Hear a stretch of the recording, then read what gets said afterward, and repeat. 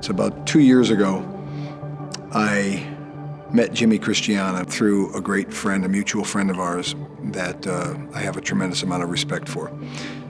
And he told me that he had one of his best friends that was in law school running for United States Senate, running against Lou Barletta. I knew within 30 seconds of meeting him that he was the real deal. I knew that he had a spirit and a fight in him. I knew that he needed to have a spirit and a fight to go up against Lou Barletta. I knew that we were outliers and he was an outlier. And I knew that we had to do something that was totally different. I needed to make sure that no matter what, that we kicked ass in that spot and that we produced something that was going to be completely out of the box and completely different. I don't go and take my ideas and impose them on someone else. The brand of Jimmy and the brand of anything that I work with has to come from that, from them. And as clients have said of us, we don't impose our will on someone, we pull it from them. So with Jimmy, I just sat and listened. And I watched his mannerisms and I wanted to see how full of crap he was, and I want to see how full of crap anybody is. And what I mean by that is how insecure they are and what facade they're putting on. Because there's that one moment somewhere in there where the truth comes out, where the real authentic person or the spirit behind that company or the philosophy, when that really comes out, that's where I now try to associate that to something. So Jimmy was an underdog. He was clearly an underdog with a tremendous amount of spirit and fight. And as a result, I saw him as Rocky.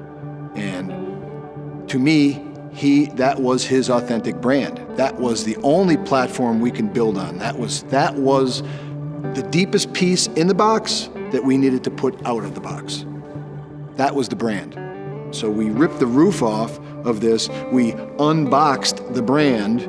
We took what you would normally do inside of that box and we scratched our heads and said, how do we pull the gestalt of this? What's the what of this? The irony of this is we're not going to show the fakeness of Jimmy. We're going to show the rawness of Jimmy. And we wanted him to just tell the truth and to talk about the issues, and we weren't going to hide it or sugarcoat it or paint it with any fake brush. It was just going to be Jimmy raw. You know, I think everybody wants the unique cutting edge video or web video or website, but Steve's process that he goes through, to me, is what is amazing and what was a joy to work with. We decided to ruffle the feathers of Washington, D.C. and of the political arena. And we decided to do something that we felt was probably never done or maybe done very rarely, but I think what we did was very innovative. So when Jimmy and I were sitting there, it just popped into my head. I said, you know what? To me, you're Rocky. You're the underdog. You're the guy coming in. You know, he's Apollo Creed. He's, you know, you're Davy. He's Goliath. I said, I want to approach this from the standpoint of you in a vacuum. You being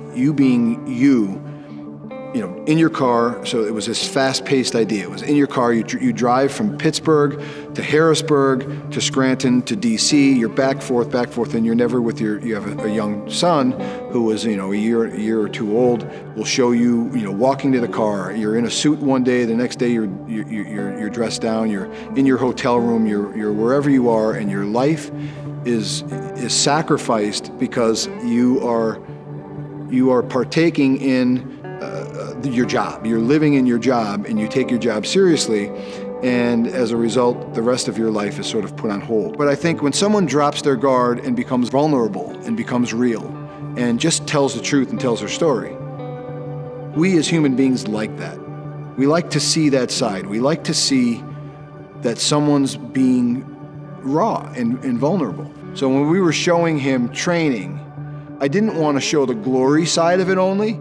I wanted to show the real sacrifice he was making. We showed him in isolation, running, through industrial-looking places, doing push-ups. He wasn't laughing with his son, brushing his teeth. He wasn't petting his dog, brushing his teeth. He was sacrificing doing his job 200 miles away from home, brushing his teeth. That's what people reacted to. I think Steve was able to capture that in this theme of your training for the biggest battle of your life, which in many ways I was. It was the biggest political battle I'll ever be faced with. Steve's instincts that come from years of experience and are unique to him were spot on and captured in an amazing fashion that I do think changed the political marketing of politics.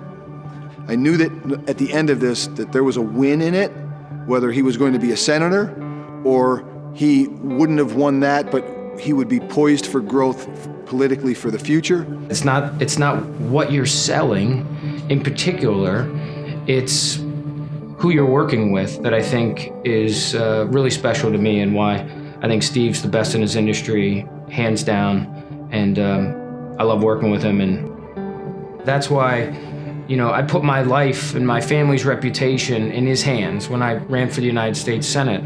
I did it willingly and voluntarily, and I would do it again, time and time again, if I made that decision to run, because Steve wanted to protect me, my reputation, my integrity, and we produced a world-class product that nobody in politics has ever seen.